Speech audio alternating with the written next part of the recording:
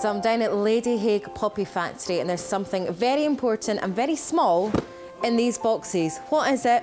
Let's go and find out. We manufacture everything that you would see during the annual Scottish Poppy Appeal. So we make all the poppies, we do all the tins, we make all the boxes. Everything that's part of the Poppy Appeal is made here in the factory. We also make about 16,000 wreaths a year that we sell commercially. So everyone here in the factory is an ex-serviceman, and the vast majority of the guys on the shop floor are disabled, either because of what happened to them when they were in uniform or what happened to them subsequently.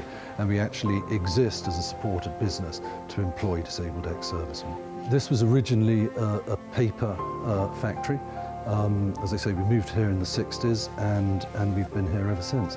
Everything is made from scratch here. It's then passed to the poppy makers who hand assemble the poppies. We make 5 million of them a year. It's collected by our couriers and it's sent everywhere in Scotland to our army of volunteers who then get it out onto the streets.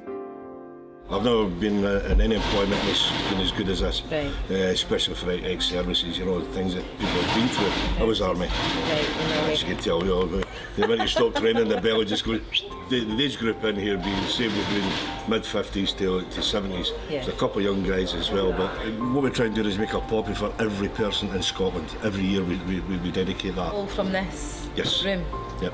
That's incredible. Everyone's off here. We're the only factory in Scotland. Well, the poppy emerged as a symbol of remembrance from the First World War, and of course we're in the centenary of that ghastly war now. Because the poppy grew everywhere in the battlefields of the Western Front, because effectively the poppy is a weed.